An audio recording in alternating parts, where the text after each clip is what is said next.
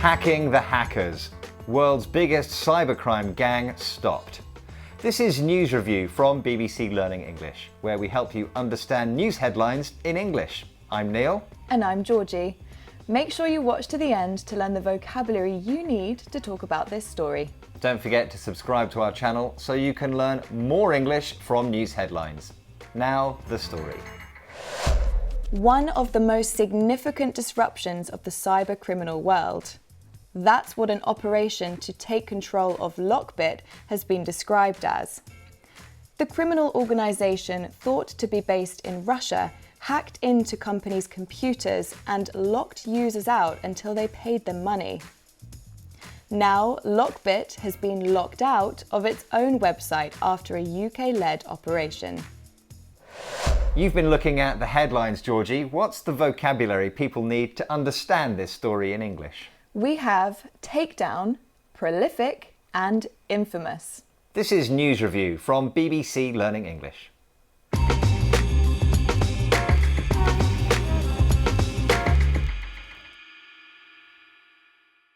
Let's have a look at our first headline. This one's from Reuters. Lockbit cybercrime gang faces global takedown with indictments and arrests. So, Lockbit is the name of the cybercrime gang that has had its operation stopped by the British National Crime Agency. We are looking at the word takedown, which seems very straightforward, Georgie. When you take something down from the internet as a verb, then you remove it. And so the noun is a takedown. Is it that simple? Well, yes, Neil, you're right. We put things up on the internet. You are watching News Review now because we put it up online. The opposite is take something down. The noun is a takedown. But takedown also has other meanings which make this headline interesting. Yes, so we can describe a heavy defeat as a takedown. It comes from sport, wrestling. If you throw someone to the ground, then that is a takedown. You defeat them. And so that's important in this headline as well, because for this cybercrime gang, this is a heavy defeat. It's a takedown. Yes, another meaning of takedown is strong criticism. So, Neil, remember when you told me that you're brilliant at juggling and then you dropped all the balls within a second? Yeah, you said that even your dog is a better juggler than me, which is a real takedown. Watch. Maybe your takedown was right. Let's look at that again.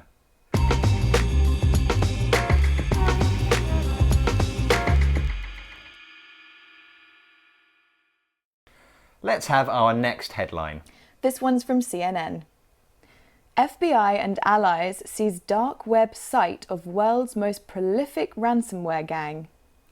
So here we are hearing about the FBI and their allies. Allies are people who fight with you on the same side. They've taken control of this dark web site, Lockbit. We are interested, though, in the word prolific. It's a very useful adjective, isn't it? Yes, so we use prolific to describe something or someone that creates a lot of something. In this case, Lockbit is described as prolific. It has committed a lot of crimes. Obviously, committing a crime is seen as a bad thing, but prolific isn't always used for negative situations, is it, Neil?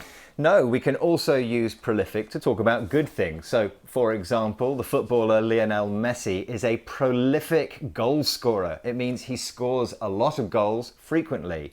Or let's think about the writer Stephen King. He's a prolific author. He's written about 65 novels. Now, Georgie, what is the opposite of prolific? Well, unfortunately, we can't use unprolific. We could use unproductive. Neil, you've told me many times that you're a singer-songwriter, but you've never actually written a song, have you? You are unproductive. I am, it's true, very unproductive. But you wait, my album is definitely coming next year. Let's look at that again.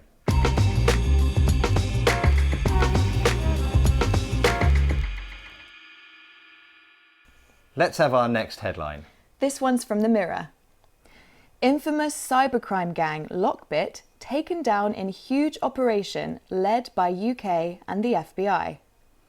Okay, so there's takedown as a verb this time that we saw in our first headline, but we are looking at infamous. And in the word infamous, I can recognize the word famous. We all know what famous means. And then there's that prefix in, which usually means that it's the opposite in meaning. But that's not the case here, is it?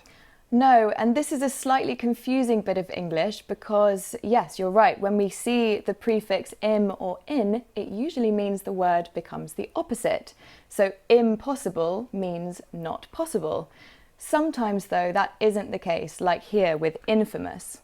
Yes, so infamous doesn't mean not famous. It means famous, but for bad reasons. So, for example, famous criminals are infamous, or dictators, people like that.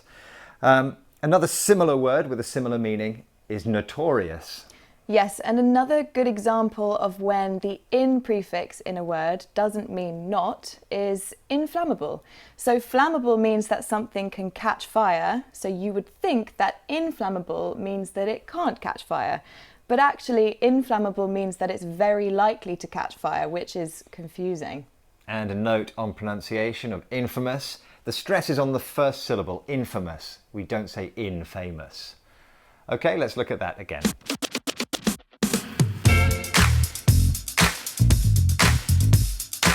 We've had takedown, the removal of something from the internet, or a defeat.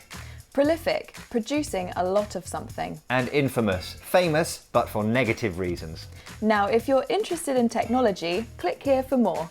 And click here to subscribe to our channel so you never miss another video. Thanks for joining us, and goodbye.